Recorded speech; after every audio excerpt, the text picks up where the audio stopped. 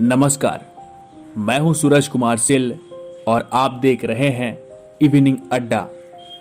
Evening अड्डा के इस एपिसोड में आज हम भारत के एक महान संत के बारे में बात करेंगे। आखिर इस संत को ही हमने क्यों चुना, इसके पीछे बहुत बड़ा कारण है। कारण यह है कि इस संत के कुछ विदेशी भक्त हैं जो बार बार भारत उनके आश्रम आते हैं और पहले भी आ चुके हैं। आप जानकर हैरान हो जाएंगे कि वे कितने ही बड़े हस्ती होने के बाद भी इस बाबा के सामने, इस संत के सामने नतमस्तक हो चुके हैं। तो आइए शुरू करते हैं आज का हमारा ये एपिसोड।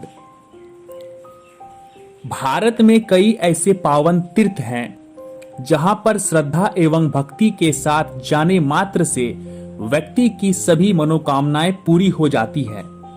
ऐसे ही एक पावन तीर्थ देवभूमि उत्तराखंड की वादियों में है, जिसे लोग कैंची धाम के नाम से जानते हैं। कैंची धाम के नींव करोरी बाबा, जिसे नीम करोली की ख्याति के नाम से भी जाना जाता है। बाबा के भक्तों का मानना है कि बाबा हनुमान जी के अवतार थे। नैनीताल से लगभग 65 किलोमीटर दूर कैंची धाम को लेकर मान्यता है कि यहाँ आने वाला व्यक्ति कभी भी खाली हाथ वापस नहीं जाता।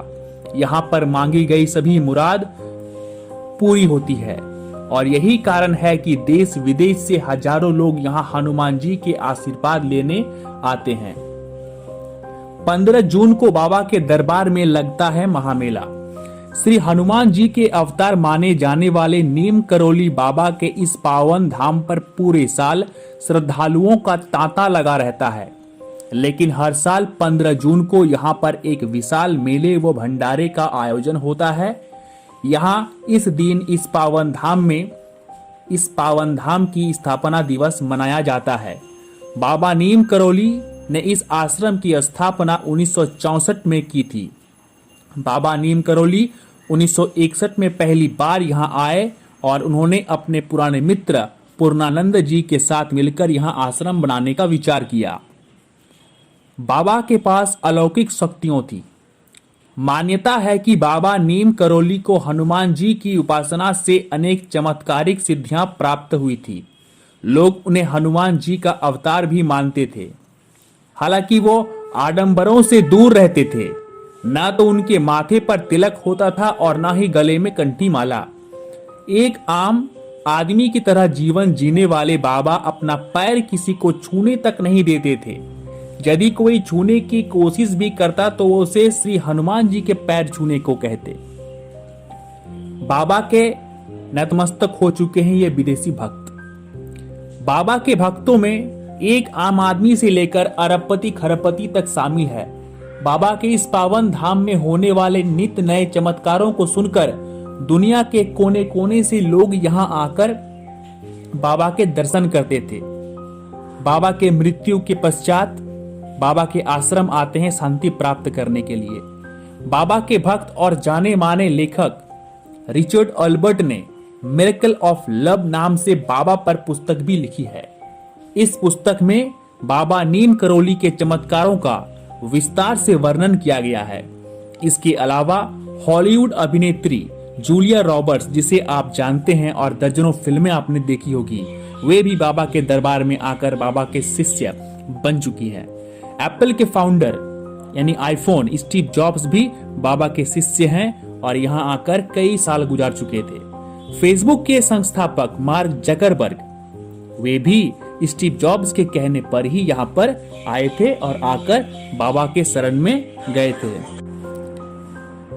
इस वीडियो के दूसरे भाग में हम आपको बताएंगे कि स्टीव जॉब्स और मार्क जकरबर्ग जैसे महान हस्ती नीम करोली बाबा के संपर्क में क्यों और कैसे आए। चमत्कारों से भरा है बाबा का आश्रम। बाबा नीम करोली के इस पावन धाम को लेकर तमाम तरह के चमत्कार जुड़े हैं।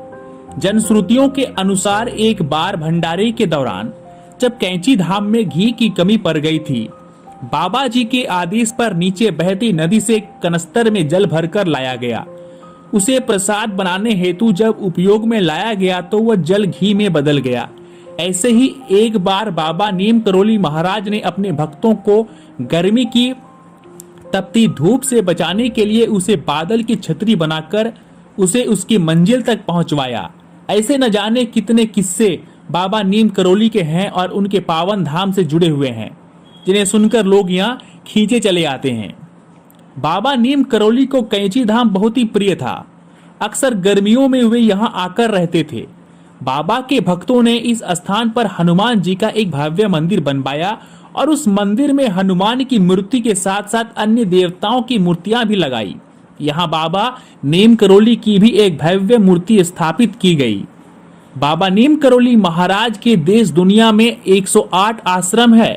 इन आश्रमों में सबसे बड़ा कैंची धाम और अमेरिका के न्यू मैक्सिको सिटी स्थित ताउस आश्रम है। तो अब आप सोच सकते हैं कि बाबा नीम करोली सिर्फ भारत में ही नहीं बल्कि पूरे विश्व भर में विख्यात हैं और उनके चमत्कार पूरे विश्व भर के लोग जानते हैं। इस वीडियो के अगले भाग में हम आपको बताएंगे कि मार्क जकरबर्ग जो फेसबुक के मालिक हैं और स्टीव जॉब्स जो एप्पल के फाउंडर और सीईओ थे, वे कैसे बाबा के संपर्क में आए और कब तक भारत में रहे और कब कब वे भारत आते हैं। तो मिलते हैं अगले एपिसोड में। वीडियो कैसे लगी प्लीज कमेंट कीजिएगा।